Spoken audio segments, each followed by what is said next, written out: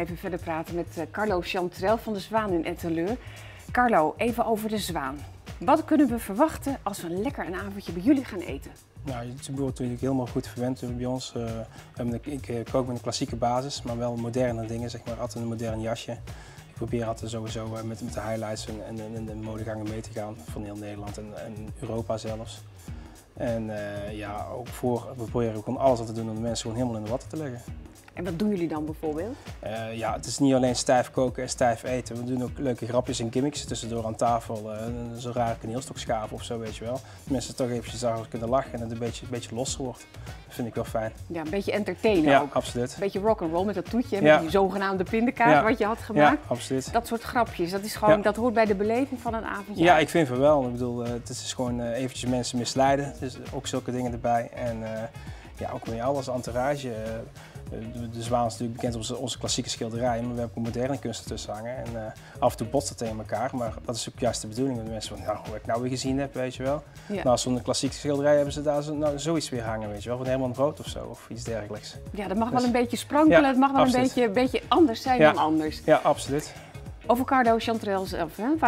Waar heb jij opleiding gehad? Wat heb je gedaan hiervoor? Ik heb gewoon normale basisopleidingen gedaan en ik heb een beetje altijd in de regio wel blijven hangen om te werken. Ik heb vroeger nog bij de Arend gewerkt, zoals toen ook nog een top 100 zaak, zeg maar, van Nederland. En zo ben ik eigenlijk zeker 21 jaar geleden bij de Zwaan binnengerold als chef de petit. En na een jaar of 10 was ik daar chef. En altijd in het Brabantse? Altijd in het Brabantse gebleven. Daar voel jij thuis. Waarom pas jij zo goed bij de Zwaan? Waar pas ik zo goed bij de Zwaan? Dat is een goede vraag. Ik weet niet. Ja, het is gewoon mijn ding. En ik kan daar zo echt, ik krijg alle vrijheid daar van mijn baas om de zaken te ontwikkelen en zo de keuken te draaien. En ik ben er heel zelfstandig in en ik mag het ook alles zelfstandig doen. Ik mag mijn eigen personeel uitzoeken.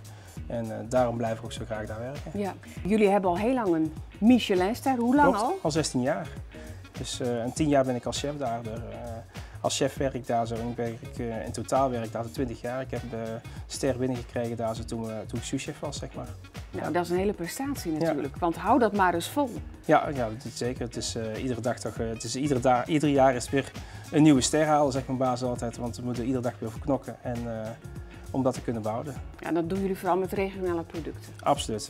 Ik heb heel veel boeren en zo in de omtrek waar ik mijn spullen vandaan haal. Ik heb een hoeve, zeg maar, die de kippen kweekt op echt een biologische manier. Ik heb een aspergeteler, ik heb een aardbeienteler. Ik heb die biologische groentes kweekt. Dus ik haal heel veel dingen uit de buurt. Als je nou een huis vol mensen hebt, hè, helemaal vol, en waarmee hoop je dan dat ze naar huis gaan s'avonds? Ja, natuurlijk met een tevreden gevoel. Dat iedereen daar zo toch voldaan naar buiten gaat en toch nog dagen over spreekt over de dingen die ze mee hebben gemaakt. Ja. En waardoor laat jij je nou inspireren? Door alles.